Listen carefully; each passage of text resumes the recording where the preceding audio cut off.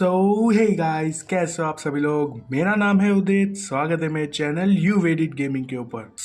Long long time, मतलब बहुत समय के बाद मैं एक नया वीडियो अपलोड करने जा रहा हूँ with new content.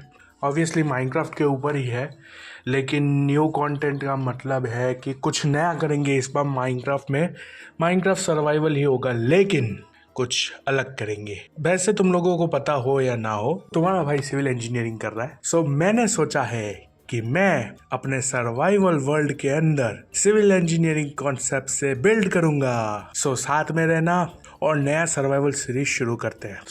Survival series start हो उससे पहले मैं तुम लोगों को कुछ टास्क बता देता हूँ जो मुझे सर्वाइवल सीरीज के अंदर करनी है, जो कि है सबसे पहले एक विलेज को टाउन में ट्रांसफॉर्म करना है।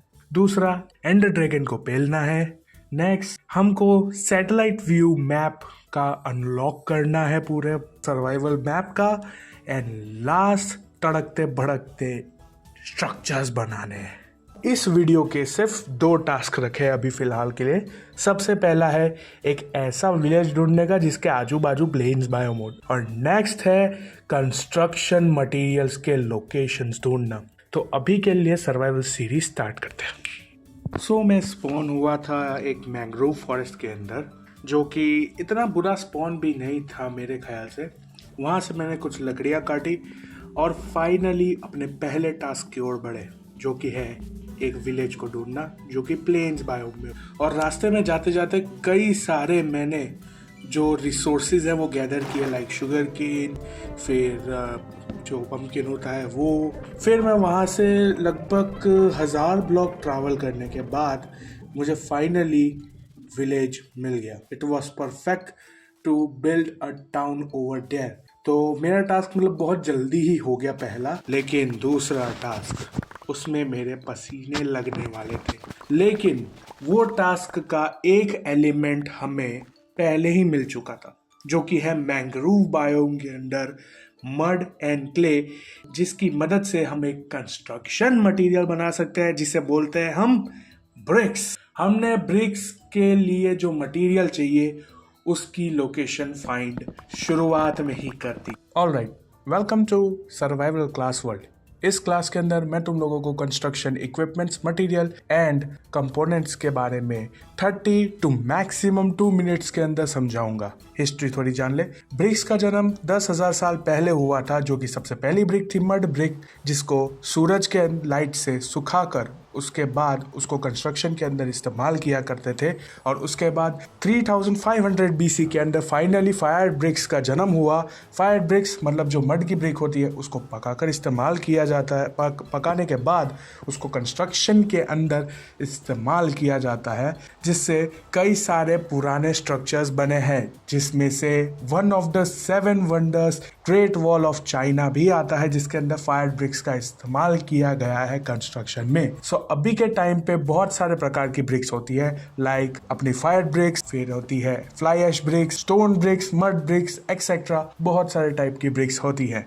अभी के टाइम पे तो ज्यादातर जो यूज होती है वो फायर ब्रिक्स होती है, जिसके भी 3 प्रकार होते हैं, जिसको फर्स्ट क्लास, सेकेंड क्लास और थर्ड क्लास में डिवाइड किया गया हुआ है। फर्स्ट क्लास जिसकी स्ट्रेंथ बहुत ज्यादा अच्छी होती है, और थर्ड क्लास जो कि जिसकी स्ट्रेंथ इतनी ज्यादा होती नहीं है। And other than that, first class BRICS का इस्तेमाल परमानेंट स्ट्रक्चर्स के अंदर यूज होता है, जबकि थर्ड क्लास ब्रिक्स होती है उसको टेम्पररी स्ट्रक्चर्स बनाने में इस्तेमाल की जाती है। अदर देन दैट, ब्रिक्स का डायमेंशन होता है, जो स्टैंडर्ड डायमेंशन यूज होता है वो 19 बाई 9 बाई 9 सेंटीमीटर्स का होता है, और प्रेजेंट के टाइम में उसको वॉल्स के कंस्ट्रक्शन में इस्तेमाल किया जाता है। पहले के टाइम पे हाउसिंग और उसके कंस्ट्रक्शन में यूज किया जाता था, लेकिन अब के टाइम पे सिर्फ वॉल्स में इस्तेमाल की जाती है। ब्रिक्स की भाव की बात करें तो वो 6 रुपए से 9 रुपए पर ब्रिक पे चलती है।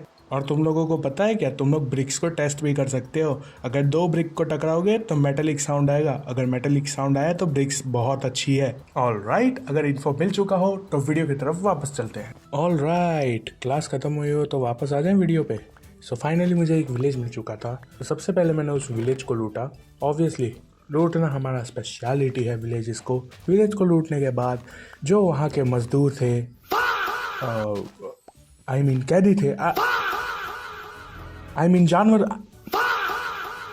आई मीन जो वहाँ के प्यारे दुलारे विलेजर्स थे, उनके बॉडीगार्ड के साथ उनको एक बक्से के अंदर बंद कर दिया मैंने, ताकि कोई ज़ॉम्बी आके मार ना दे, वरना मुझे कोई और विलेज ढूंढना पड़ेगा जहाँ से मैं लोगों को किडनैप करके लाऊंगा। ठीक है, तो ज़्यादा ही ओवर एक्टिंग हो गई।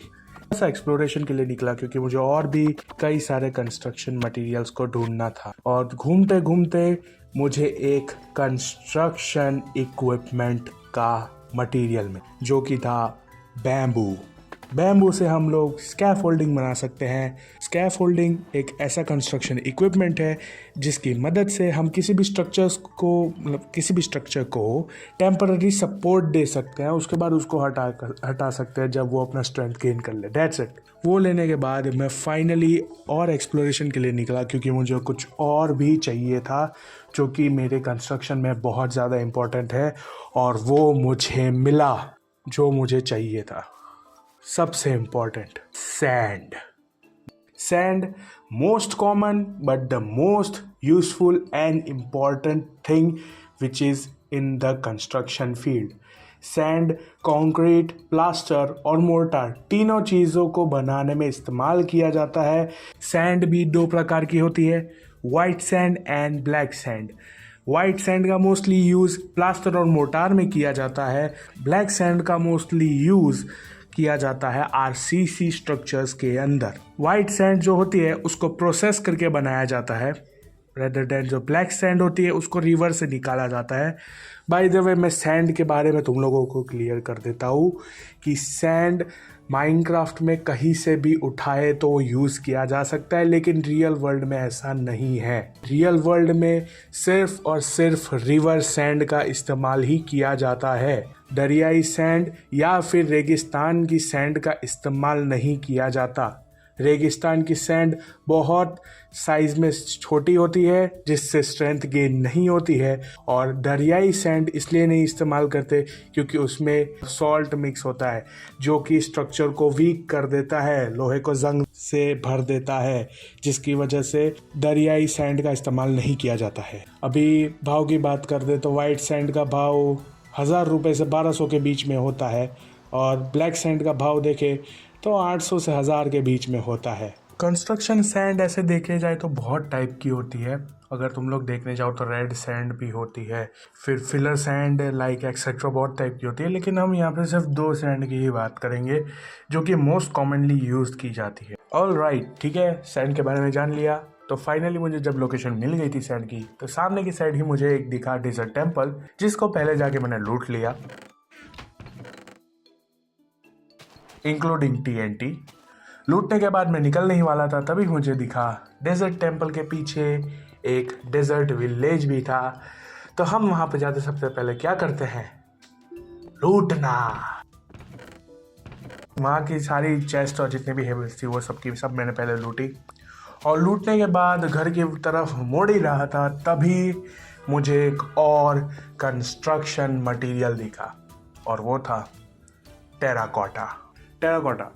वो एक ऐसा कंस्ट्रक्शन मटेरियल है जो कि बिल्कुल एक ब्रिक की तरह मान सकते हैं, जो कि एक अर्थन मटेरियल से बना हुआ होता है। टेराकोटा और ब्रिक्स में क्या डिफरेंस है, क्योंकि टेराकोटा को एज अ वॉल के लिए भी यूज़ किया जाता है, लेकिन टेराकोटा और उसमें क्या फ़र्क होता है।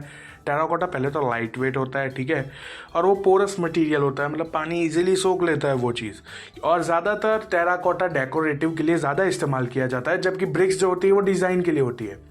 और उसी कारण से दोनों का डिफरेंट होता है, क्योंकि ज़्यादातर जो हीट रेजिस्टेंस होता है ना वो ब्रिक का ज़्यादा होता है रेदर देन टेराकोटा।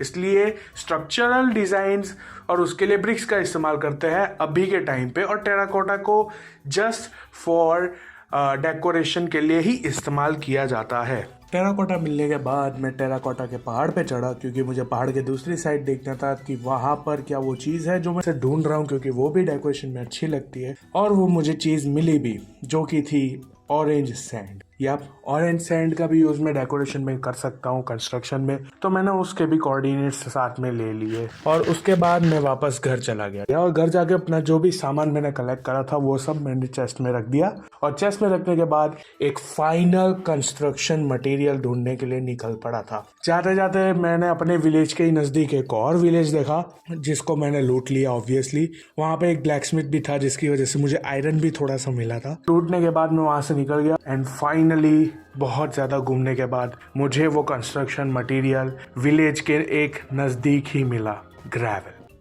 ग्रेवल एक ऐसा कंस्ट्रक्शन मटेरियल जो कि बहुत ज़्यादा कॉमन है लेकिन मोस्ट इम्पॉर्टेंट है, मतलब बहुत ज़्यादा इम्पॉर्टेंट है कंस्ट्रक्शन के कंपोनेंट्स बनाने में। ओके, ग्रेवल को हम लोग एक प्रकार से एग्रीकेट भी कह सकते हैं, ये उसका दूसरा टर्म है एग्रीकेट। ग्रेवल जो होता है उसको पहाड़ के जो पत्थर होते हैं उससे तोड़कर अलग अलग शेप वाइज डिवाइड करने के बाद उसको यूज करा जाता है।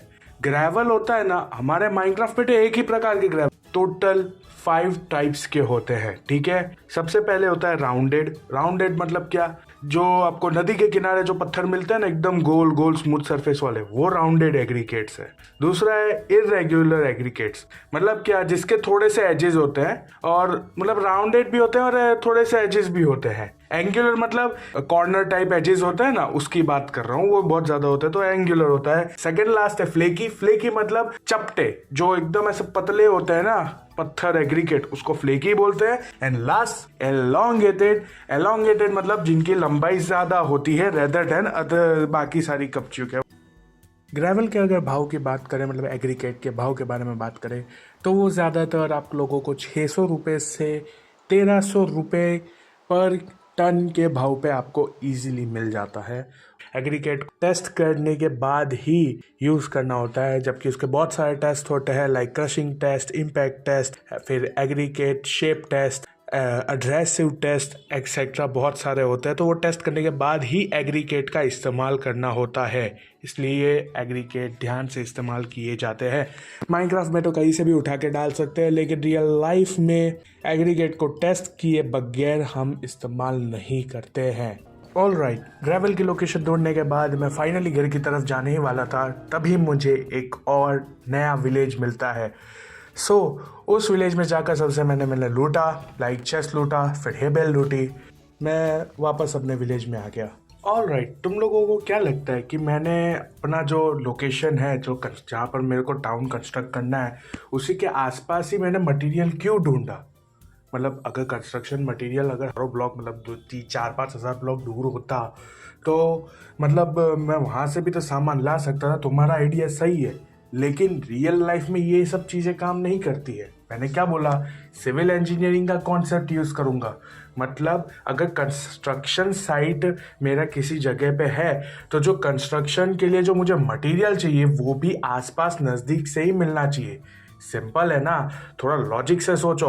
अगर मान लो तुम्हारा जो सामान है मटेरियल वो अगर होगा 20-30 किलोमीटर दूर, तो तुम तो पागल हो जाओगे उसको लाते लाते। उसका ट्रांसपोर्टेशन का खर्चा आएगा, उसको टाइम कंज्यूमिंग होगा, ऊपर से मटेरियल कैसा आया है वो भी नहीं पता लगेगा, कहीं पे डैमेज हो गया तो उसका अलग लोचा, समझे? तो उस हिसाब से मटेरियल का लोकेशन और कंस्ट्रक्शन का लोकेशन दोनों को है ना ऐसे मेंटेन रखना पड़ता है। और तुम लोगों को पता नहीं हो तो मैं बता दूं, ये मेरा 32th अटेम्प्ट है जहां पर मुझे किसी वर्ल्ड में सैंड और ग्रेवल इतनी नज़दीक से मिला है, ठीक है। मेरा दिमाग खराब हो गया था मेरे को ढूंढते ढूंढते, लेकिन मिला, ठीक है। आज की वीडियो में बस इतना ही। अगर आप लोगों को थोड़ा सा मज़ा आया और नॉलेज मिला हो तो लाइक करना, चैनल पे नए हो तो सब्सक्राइब करना। और एक प्रिकॉशन दे देता हूँ, मैंने जो जो इन्फॉर्मेशन दी है उस पर अंधा विश्वास बिल्कुल भी मत कर लेना, ठीक है। तुम लोग गूगल भी कर सकते हो हर चीज़ के बारे में, लेकिन फिर भी नॉलेज मैंने जो दी है, जो मुझे पता है मैंने वही दिया है, ठीक है। इसलिए अंधा विश्वास मत कर लेना, मैं ये डिस्क्लेमर दे रहा हूँ तुम लोगों को। एंड या, thank you for watching, next time see you soon, bye.